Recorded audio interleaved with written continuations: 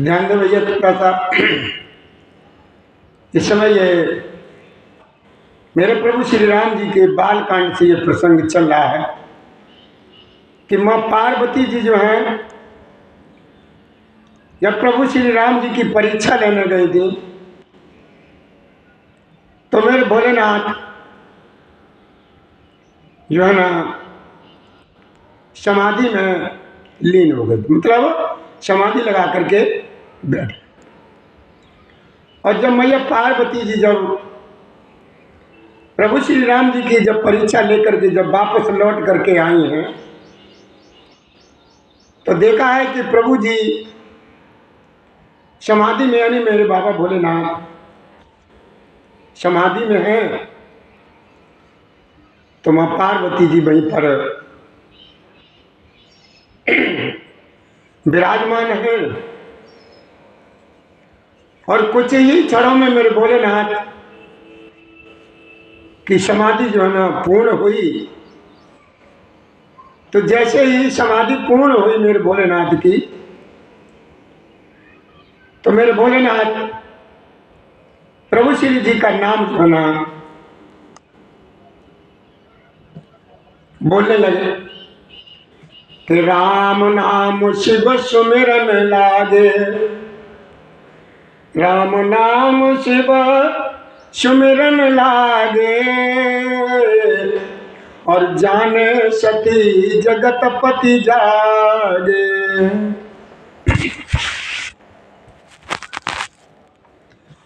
तो जब मेरे बाबा भोलेनाथ प्रभु श्री जी का नाम सुमिरने लगे तो मेरी मैया पार्वती ने ये जान लिया है कि मेरे भोलेनाथ यानी सारे जगत के पति मेरे विश्वनाथ जाग गए कि राम नाम शिव सुमिरन लागे, और जाने सती जगत पति जागे, जाय शंभु पद बंदन कीना, और सन्मुख शंकर आसन दीना। भैया प्रसंग इस समय बहुत बढ़िया चल रहा है, ध्यान दें। तो जैसे ही माँ पार्वती जी सामने हुई भोलेनाथ की, भोलेनाथ प्रभु श्री जी का नाम सुमिरने लगे, तो सती जी ने यह समझ लिया कि मेरे विश्वनाथ अब जगतपति मतलब जाग गए। तो भोलेनाथ ने जैसे ही मैया पार्वती को देखा है तो पार्वती जी ने भी वंदन किया, और मेरे भोलेनाथ ने मैया पार्वती को सामने ही अपने आसन दे दिया। अब बड़े ध्यान से सुने कि देखिए किसको कहाँ पर आसन दिया जाता है और किसका जो है ना किस तरफ स्थान होता है, ये ध्यान दें थोड़ा सा। कि लगे कहन हर कथा रसाला, और दक्ष प्रदेश बहे तेई काला, देखा विद विचार सब लायक, और दक्ष कीन प्रजापति नायक।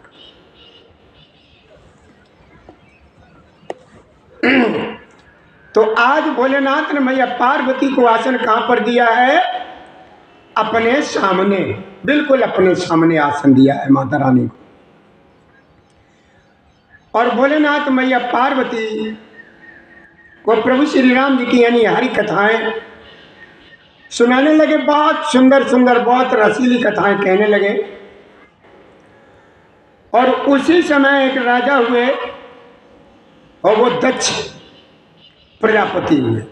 प्रजापति का मतलब प्रजा को पालने वाले। दक्ष का मतलब होता है हर काम में दक्ष, कुशल, हर काम में दक्ष, कला कौशल में सब में दक्ष, हर एक काम में, चाहे कोई सा भी कार्य हो,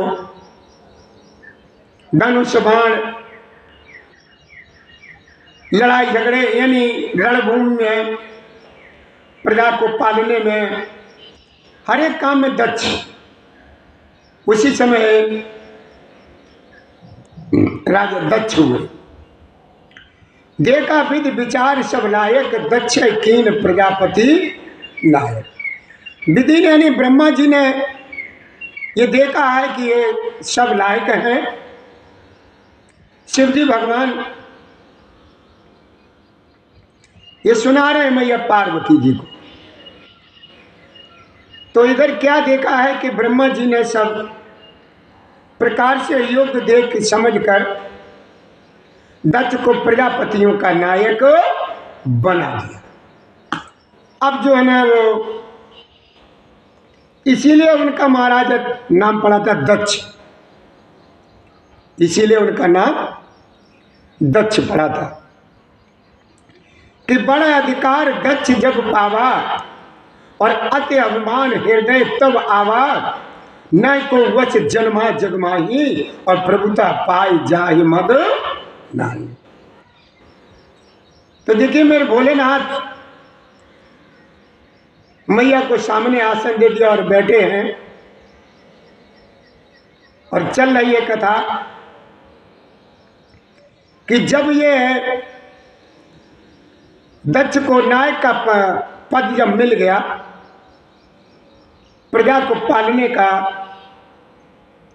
अधिकार मिल गया, यानी प्रजापतियों का नायक बना दिया गया, तो उन्हें अपने ऊपर अभिमान आ गया। अरे अब तो हम जो है ना सारे सभी लोगों के मालिक यानी प्रजापति हो गए, राजा बन गए। बहुत बड़ा पद मिले। राजा का पद तो भैया बड़ा होता ही है, और ऐसा दुनिया में कोई नहीं है जिसको पावर मिल जाए और अभिमान न हो।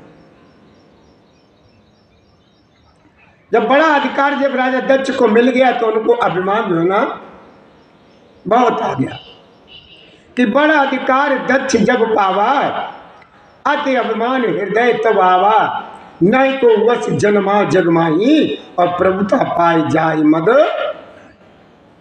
बाबा तुलसीदास कितने भैया चौपाई में लिखा है। तो इधर राजा दक्ष ने अपने पति पत्नी ने दोनों ने विचार किया कि अब सब कुछ हो गया है, अब ऐसा किया जाए क्यों ना एक यज्ञ किया।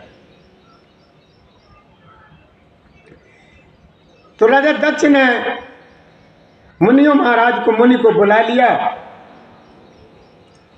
और बहुत बड़ी यज्ञ की रचना हो गई कि दक्ष लिए मुनि बोली सब करन लगे बड़ी यज्ञ और निवते सादर सकल सुर जे पावत मक भाग। मक भाग में नहीं अपना भाग। तो अब राजा ने क्या किया, दक्ष ने अपने सभी मुनियों को बुला लिया और वे बड़ा यज्ञ करने लगे।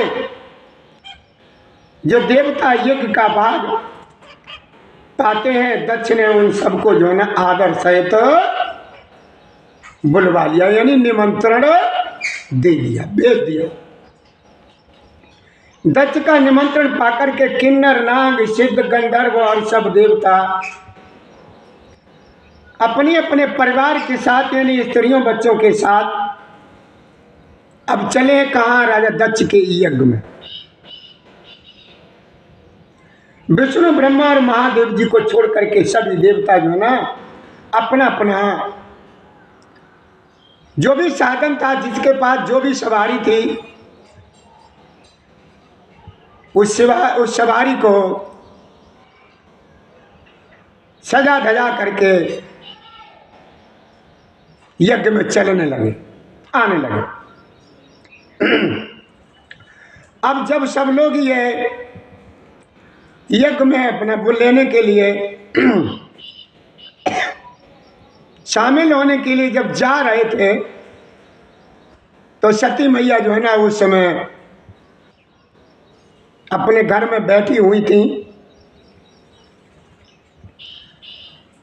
तो गुणगान करते हुए जा रहे थे सभी लोग। जो ऊपर से जो विमान निकलते थे और जिन देवताओं को जिनको बुलाया गया था, वो उनकी स्त्रियां जो थी गाते बजाते बड़े अच्छे तरीके से सज धज करके वो वहाँ भाग लेने के लिए उसमें जा रहे थे। तो सती मैया ने देखा, क्या देखा है, तरह तरह के बहुत बढ़िया बढ़िया जो है ना विमान आकाश में चले जा रहे हैं, देव सुंदरियां मधुर गान कर रही हैं, जिन्हें सुनकर के मुनियों का भी ध्यान टूट जाता। बड़े बड़े ऋषि और मुनि जो थे उनके भी ध्यान टूट जाते थे। जब ये सती जी ने देखा है तो वो भोलेनाथ से पूछने लगी हैं, भोलेनाथ से वो कारण पूछा है कि है मेरे भोलेनाथ के पति देव, ये हमें बताने की कृपा करें, जो ऊपर ये विमान जा रहे हैं सज-धज करके, ये कहाँ जा रहे हैं, क्या कारण है। सती जी ने विमानों में देवताओं के जाने के कारण भोलेनाथ से पूछा, तो शिव जी ने जो भी बातें थी सारे समाचार सारे हाल बताए और कहा कि पिता की यज्ञ की बात बता दिया कि तुम्हारे पिताजी जो है ना एक बहुत बड़ी यज्ञ की रचना कर रहे हैं, ये लोग सभी वहां पर जा रहे हैं, जो भी लोग हैं सब वहीं पर जा रहे हैं तुम्हारे पिताजी की यज्ञ। जब सती जी ने ये जाना कि हमारे पिता यज्ञ कर रहे हैं और हमको बुलाया भी नहीं है, तो पिता की यज्ञ की बात सुनकर के सती कुछ प्रसन्न हुई और सोचने लगी कि यदि महादेव जी मेरे भोलेनाथ मेरे विश्वनाथ मुझे अगर इजाजत दे दें तो इसी बहाने में हम भी पिताजी के घर घूम आएंगे, चले आएंगे, कुछ दिन बिता करके भाभियों से मिले आएंगे, माताओं से मिले आएंगे, अपनी माँ से मिले आएंगे, बहनों से मिले आएंगे, भाभियों से मिले आएंगे, सभी लोगों से मिले आएंगे, ये सोचने लगे। लेकिन अब वहां पर क्या था, सती जी को चिंता क्या सता रही थी कि वही जब ये परीक्षा लेने गई थी सती जी, तो उस समय की जो घटना देखी है भोलेनाथ ने, वो घटना देख करके सती जी को त्याग दिया था। मैया पार्वती जी को त्याग दिया था, जानती तो थी वो, तो उन्हें इस बात का उनके हृदय में बड़ा दुख हुआ और अपना जो अपराध था वो विचार करके कहने लगी हैं, बहुत मधुर वाणी से बोली हैं पार्वती जी, वह संकोच प्रेम रस श्यामी। आखिर सती जी वह और संकोच प्रेम रस में शनि हुई मनोहर, यानी मनोहर का मतलब मन को हरने वाली मधुर वाणी भोलेनाथ से बोली। ये ऐसा होता है जब हमारी जो बहनें और बेटियां हैं, इनको अपने पतियों से कोई काम कराना होता है तो बोलने का ढंग एकदम इनका बदला हुआ होता है। जब रोजमर्रा की तरीके से जो भी कार्य करती हैं, जब बोलती हैं और उन्हें कोई काम अपना कराना होता है, विशेषकर अपने मायके जाने की कोई बात अगर होती है, जाने की इच्छा होती है, तो अपने पतियों से अपने मालिकों से सब कुछ बदल देती हैं। वो प्रेम दिखला देती हैं, वो जाल फैला देती हैं कि पति जो उनका मने ही न कर सके, उनके जाल में फंसी जा वो मने न कर सके। लेकिन किसी भी भैया पति को या भाई को स्त्री अगर मायके जाने की कहती है तो उसी समय मूड उसका खराब होने लगता है। अब क्या हुआ, मां पार्वती जी समझा रही हैं कि पिता भवन उत्सव परम, जो प्रभु आयुष हो और तो मैं जाऊं कृपा यतन सादर देखन सो। मैया पार्वती कहने लगी हैं भोलेनाथ से, बड़े प्रसन्नता पूर्वक बोली है कि पिता भवन उत्सव परम, और जो प्रभु आयुष होय, आयुष माने आज्ञा, जो प्रभु की आज्ञा हो, जो मेरे विश्वनाथ की आज्ञा हो, तो मैं पिताजी के यहाँ देखने के लिए मैं चली गई। तो जब मां पार्वती जिस तरीके की बड़ी मधुर वाणी में बोली है, तो भोलेनाथ का मन जो है कुछ पिघल गया। उन्होंने कहा कि देखो, तुम बात तो सही कह रही हो, नीकी कह रही हो, मेरे मन में भी ऐसा लगता है, लेकिन एक बात है उमा, अगर मेरी बात अगर मानो तो एक बात है कि बगैर न्योता के, बगैर निमंत्रण के जाना अच्छा नहीं है। कि पिता ने तुम्हारे लिए कोई खबर नहीं भेजी, कोई संदेशा नहीं दिया, कोई निमंत्रण नहीं दिया। किसी के यहाँ जाओ तो कुछ तो नाम के लिए तो सूचना होनी चाहिए, और बगैर बुलाए किसी के यहाँ जाओ तो वहां पर तुम्हारा मान नहीं होगा, सम्मान नहीं होगा, तो बुरा लगता है। तो भोलेनाथ ने कहा कि देखो मां, कयो नीक मोरे मन भावा, यह अनुचित नहीं निवत पठावा, दक्ष सकल निज सता बुलाई, और हमारे बैर तुम। तो भोलेनाथ ने कहा कि देखो मां, ये तुमने कहा हमें भी अच्छा लगा, जाना चाहिए, बड़ी खुशी की बात है।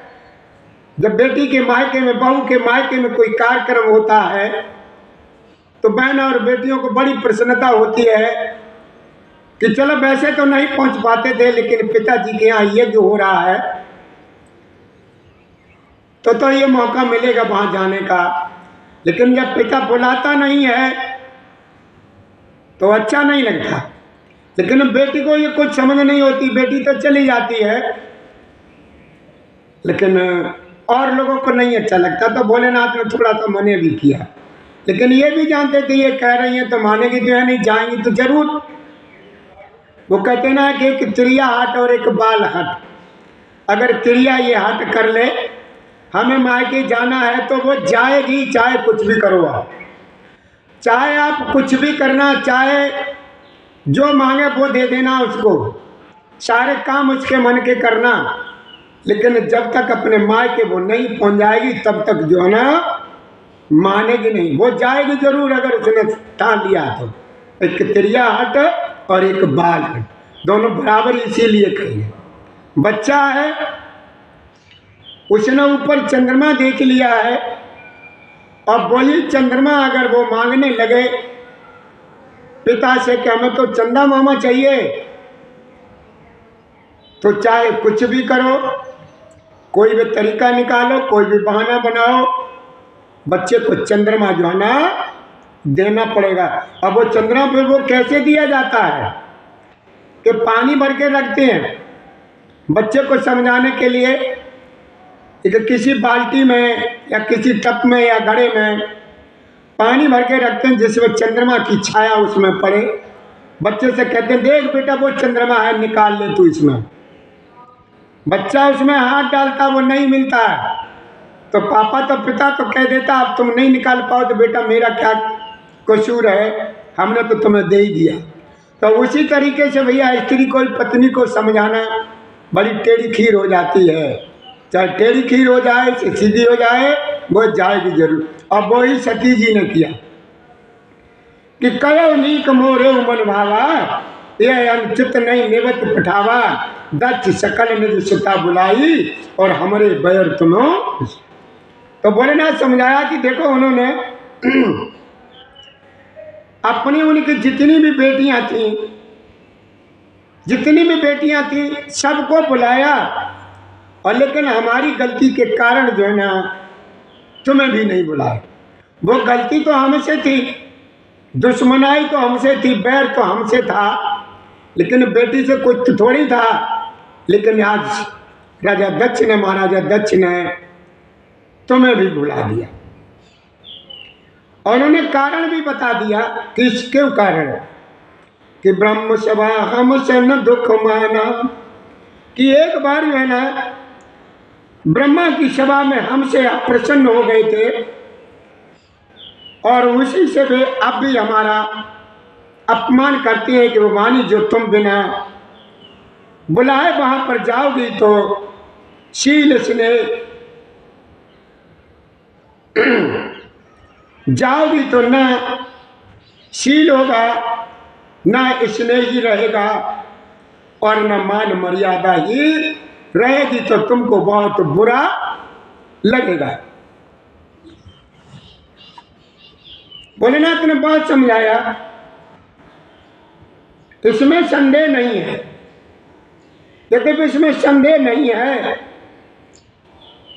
कि मित्र स्वामी पिता और गुरु के घर बिना बुलाए भी जाना चाहिए, तो भी जहां कोई विरोध मानता हो उसके घर जाने से कल्याण नहीं होता। वैसे ये कहा गया है, जैसे कोई मित्र है, स्वामी यानी पिता है और गुरु है, भाई है, इनके घर बगैर बुलाए चले जाओ तो कोई बात नहीं है, लेकिन जहां पर कोई विरोध मानता हो वो वहां पर जो है ना बगैर बुलाए चले जाओ तो अच्छा नहीं लगता, अपमान होता है, तो उस समय फिर बहुत बुरा लगता है। हमारे बाबा भोलेनाथ ने मैया पार्वती को तरह तरह से समझाया, बहुत प्रकार से समझाया, फिर जो होने होता है वो तो होता ही है, होनहार को कौन भैया मिल सकता है। सती के हृदय में किसी प्रकार का बोध नहीं हुआ। फिर भोलेनाथ ने कहा कि यदि बिना बुलाए जाओगी, अगर बिना बुलाए जाओगी उमा, तो हमारी समझ में ये अच्छी बात नहीं होगी, लेकिन जो होना था वो तो होना ही था, होनहार तो होके ही मिटता, चाहे कुछ भी करो। तो भोलेनाथ ने बहुत समझाया उमा को, जब वो नहीं माने तो भोलेनाथ जो है ना मुख्य गण जो है ना उनके साथ भेज दिए। शिव जी ने बहुत प्रकार से कह करके देख लिया, किंतु जब सती किसी प्रकार भी नहीं मानी, तब मेरे भोलेनाथ महादेव जी ने अपने मुख्य गणों को उनके साथ भेज करके विदा किया। अब जब देव ने जब भेज दिया है तो पार्वती जी अब पिता के घर पहुंच गए कि पिता भवन जब गई भवानी और दक्ष त्रास काहू न सन्मानी, सागर भले मिली एक माता और भगिनी मिली बहुत मुश्किल। अब जब पार्वती जी जब वहां पहुंची है, तब दक्ष के डर के मारे, दक्ष के भय के मारे किसी ने भी जो है ना पार्वती जी की तरफ देखा तक नहीं। कोई किसी प्रकार की किसी ने आव भगत नहीं की। केवल एक मां तो ऐसी थी जो आदर से मिली है, प्रेम से मिली है, और जो भी उनकी बहनें थी वो मुस्कुराती हुई मिली है, लेकिन दक्ष ने तो निगाह तक नहीं की। दक्ष ने किसी प्रकार की कोई न कुशल क्षेम पूछी, कोई बात ही नहीं की, नहीं पूछी। सती जी को देख करके उल्टे उनके सारे अंग जो है ना जलने लगे, जल उठे। सती जी ने जाकर के यज्ञ देखा तो वहां कहीं पर भी शिव जी का कोई भाग नहीं दिखाई दिया। सभी लोग वहां पर बैठे हुए हैं, लेकिन भोलेनाथ का कोई वहां पर स्थान नहीं है।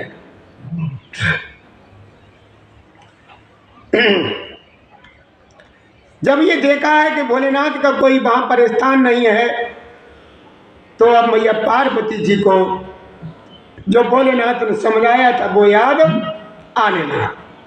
समझ में आया स्वामी का अपमान, समझ करके सती जी का हृदय जल उठा।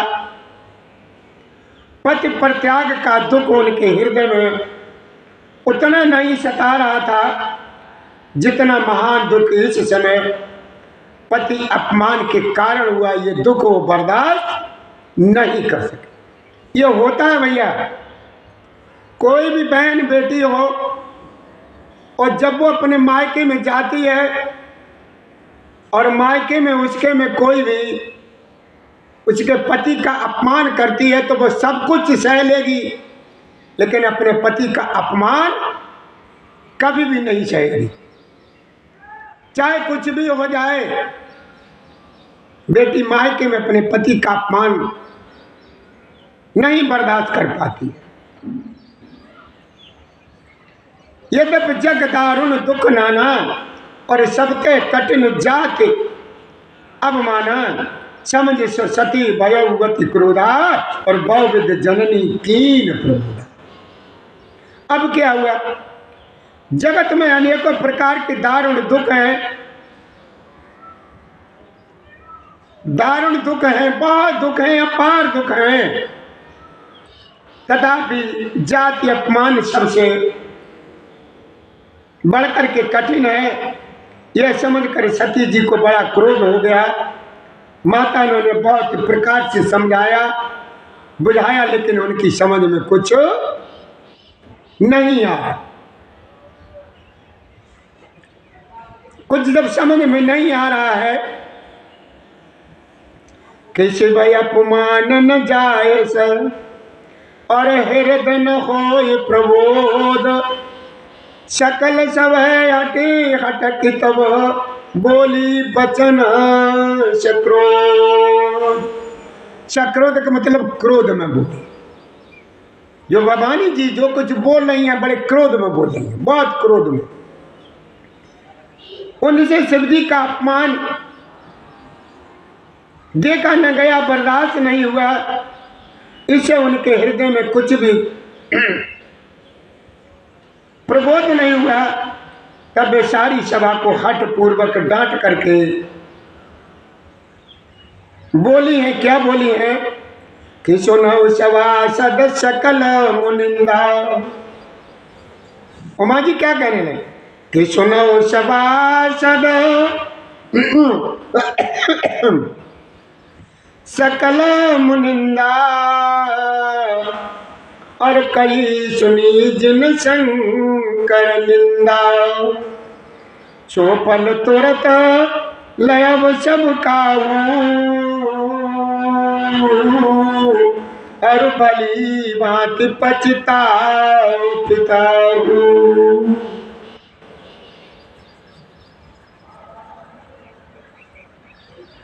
मैया पार्वती जी ने बड़े कड़कपन से कहा कि हे सभासदों और सब मुनीश्वरों सुनो, जिन लोगों ने यहाँ मेरे भोलेनाथ की निंदा की या सुनी है उन सबको उसका फल तुरंत ही मिलेगा। और मेरे पिता दक्ष भी भली भांति पछताएंगे कि मैंने जो है जो किया है वो अच्छा नहीं किया। मैंने भी ये जो कुछ किया है वो अच्छा नहीं किया है। जहां संत शिवजी और लक्ष्मीपति विष्णु भगवान की निंदा सुनो, बड़े ध्यान से सुनना भैया। जहां पर मेरे भोलेनाथ जैसे संत महात्मा है, शिवजी हैं, लक्ष्मीपति भगवान विष्णु है, इनकी निंदा सुनी जाए तो वहां ऐसी मर्यादा है कि यदि अपना बस चले तो उस निंदा करने वाले की जीभ काट ले, नहीं तो कान मूंद करके वहां से चले आए तो अच्छा। क्या कहा, यह होता भैया। जहां पर भगवान की निंदा होने लगे, आप भगवान को मानते हैं, और वहां पर अगर कोई भगवान की निंदा करता है तो अपने इन कानों से सुनते हो और निंदा करने वालों की अपनी आंखों से देख रहे हो, तो वहां पर तुरंत ही उसे कड़ा जवाब देना चाहिए। अगर तुम्हारे कुछ को जवाब देना नहीं आता है तो वहां से कान बंद करके तुरंत ही अलग होना चाहिए, वहां से चले जाना चाहिए।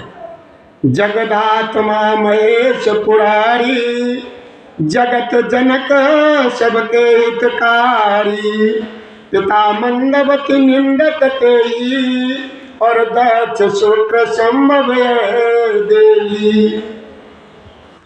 अब देखो सती जी ने क्या कहा। पता नहीं भैया गला क्यों आज गड़बड़ हो गया। जगत आत्मा महेश पुरारी, और जगत जनक सबके हितकारी, अपिता मंदवत निंदक तेही, और दक्ष शुक्र संभव देही। ध्यान लगाना, ध्यान देना कथा की तरफ। कथा के प्रसंग इसमें भैया बहुत बढ़िया चल रहा है, जो अगर ध्यान दोगे तो बहुत आनंद आएगा।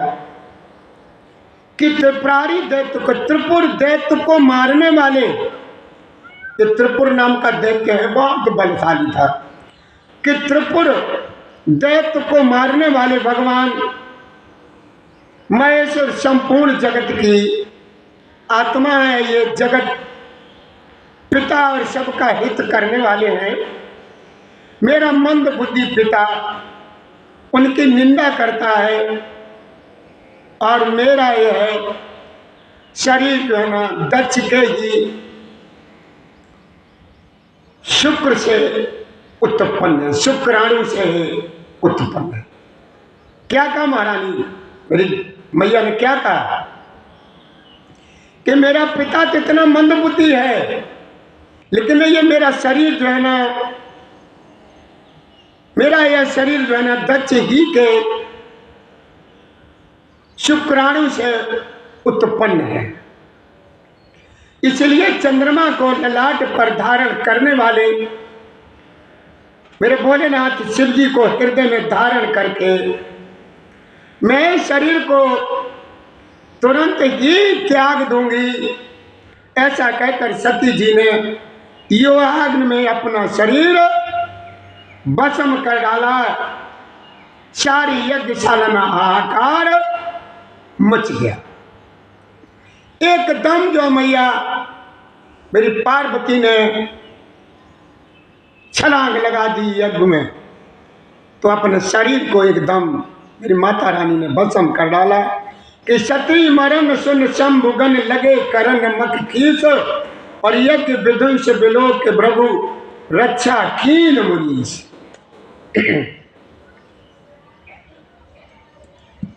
अब क्या हुआ,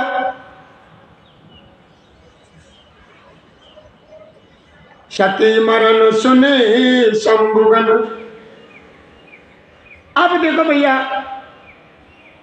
सती जी का मरण सुनकर के भोलेनाथ के गढ़ जो है ना यज्ञ को विध्वंस करने लगे, तहस नहस करने लगे, और यज्ञ जो है ना विध्वंस होते देख करके मुनीश्वर भृगु जी ने उसकी रक्षा की। भृगु जी ने उस यज्ञ की रक्षा की है। ये सब समाचार शिव जी को मिले, तब उन्होंने क्रोध करके वीरभद्र को भेजा। उन्होंने वहां जाकर के यज्ञ विध्वंस कर डाला, और सब देवताओं को यथोचित फल दंड दिया है। वीरभद्र ने सबको दंड दिया है। दत्त की जगत प्रसिद्ध है वही गति हुई जो शिवद्रोही की हुआ करती है। यह इतिहास सारा सकल जगत जानता है, इसीलिए मैंने संक्षेप में इस कथा का वर्णन किया है। ये मैया पार्वती और भोलेनाथ और माँ पार्वती जी के पिता के यहाँ की कथा, जो भी भैया श्रवण करते हैं मन लगा करके, चाहे हमारी बहन हो, बेटी हो, दादा हो, भाई हो, भतीजा हो, कोई भी हो, मेरे भोलेनाथ उनके सारे मनोरथ पूर्ण करते हैं, और जो भी उनकी आशाएं होती हैं वो जल्दी से जल्दी पूरी करते हैं। और वे सारे दुखों को हर लेते हैं, सारे दुखों को हर लेते हैं मेरे भोलेनाथ।